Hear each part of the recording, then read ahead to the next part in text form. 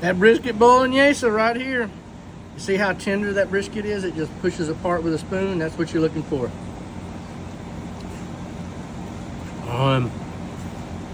Don't ever throw your trimmings away again, and don't ever not vacuum seal them, because you never know. You might need them 2 years later.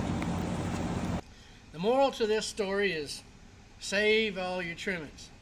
You see that? That says brisket trim 7/18/23. Right now is 8/6/26. No, I'm sorry, 25.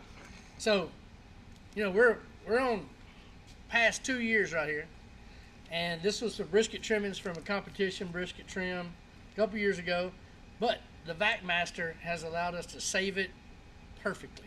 So we had someone on the show the other day said, hey, can you make a brisket bolognese? I was like, matter of fact, we have almost all of the things that we need to make it all ready. So we pulled this out, thawed it out, got our pot hot. We're going to walk you through a simple brisket bolognese. Now, first thing we're going to do is hit a little beef tallow. And we're going to take our brisket trim. That's already cut up in kind of bite-sized pieces. You'll see, bite-sized. And I'm not going to dump all this in there because there's a little bit of plasma purge in the bottom of this. And I don't want all that in there. So we're going to slowly add this a little at a time and leave the rest of the purge in here. Again, you heard me, it's 2 years old in here. But no freezer burn. Vac Master allows us to save this stuff for years and utilize it. There we go. So we've turned this on to brown it. And that's what we're going to do. We're going to brown it hard. So I'm going to turn my extra burner on. You can hear that little flame. And it's going to brown. I'm going to put a little extra tallow in it. But once it starts heating up, that brisket's got lots of Wagyu brisket, a lot of fat in it. So it's going to render itself. It's going to be plenty of fat. This is just getting it going. We got a little Texas beef because it's got our rendered beef fat and all of our salt, pepper, onion, garlic. It's going to take quite a bit, so I'm going to take the lid off. We're going to hit that pretty hard with the Texas beef. Now, if you don't have that, you can get it on our website. You can buy it at Piggly Wiggly and Bahia. Or you can use salt and pepper if you want to.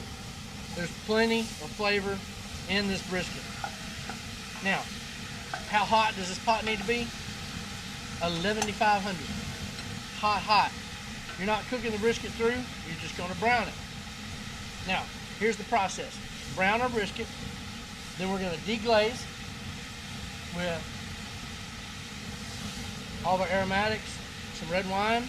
This is basic French Trinity. It's onions, celery, and carrot, and some fresh garlic in there as well. So we're going to deglaze with that. And then we're going to go in with some homemade marinara sauce, some crushed tomatoes. We'll check it for seasoning, maybe a little bit of our Cadamans Italiano. And then we're going to let it simmer a while, and we're going to finish it with some mushrooms. So this bolognese is a very rustic dish. Everything's roughly chopped. Big pieces of meat, but they're tough pieces of meat. So we're going to cook it down real low and allow all of this stuff to break down. That's why our pieces are big, because we're going to give it time to break down over time and release the flavor of this meat and aromatics into our marinara and our tomatoes. So you can make the same bolognese if you want to out of big bony pieces of chicken, rib trimmings, pork trimmings. You can use all of that in here. So it's not specific to beef. You can use whatever trimmings that you happen to have in the freezer. So another reason to keep the Vac Master around to save everything, because if it's not in the stock, it's in a bolognese. You're going to love this. We're going to serve this tonight for lots of friends coming over with Old School and Mark and Ashley. Ooh, it's starting to smell good already.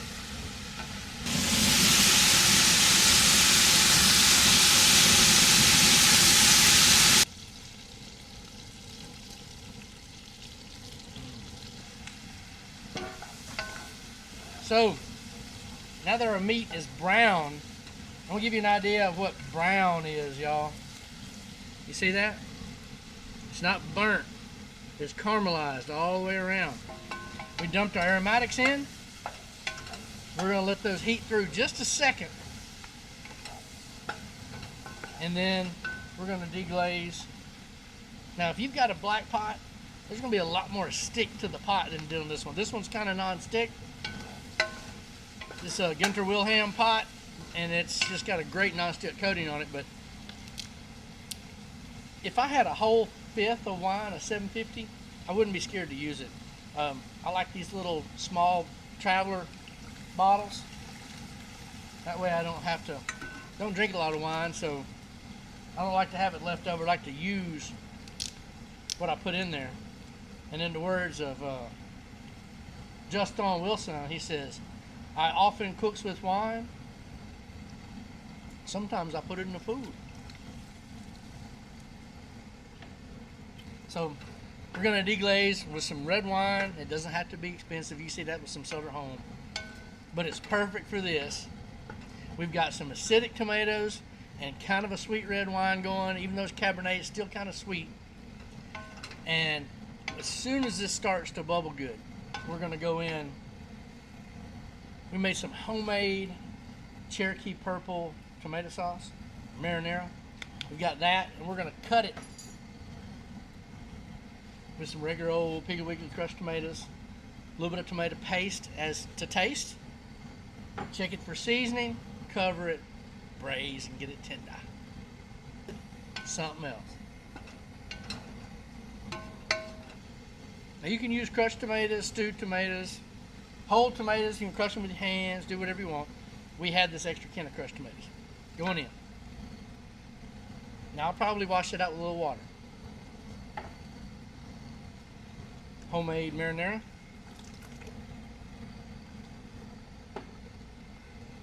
I'm gonna turn my power burner off. Well, I think I'll leave it until I come to a bubble. Once I come to a bubble, then I'll turn it off. Then we can simmer. But at this point, we're gonna wash out our containers. When it comes to a good bubble, we're gonna add seasoning in the form of tomato paste as needed. Then we'll check this for seasoning, salt, pepper, and whatnot. And then we're gonna turn it down real low and let it sit there and bubble and let all of that come together and get happy and let the brisket get tender. So it's bubbling, just barely.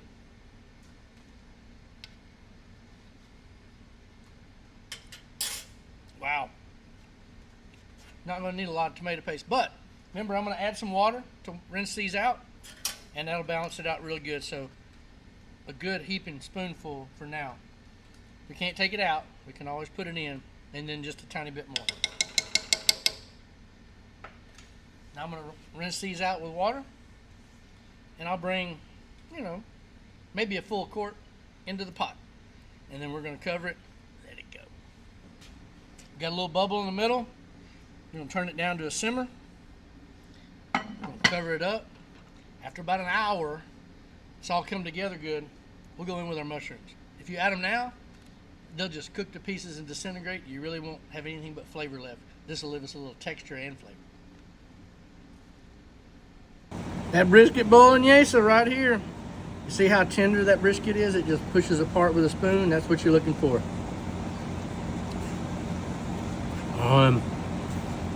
Don't ever throw your trimmings away again, and don't ever not vacuum seal them, because you never know, you might need them 2 years later.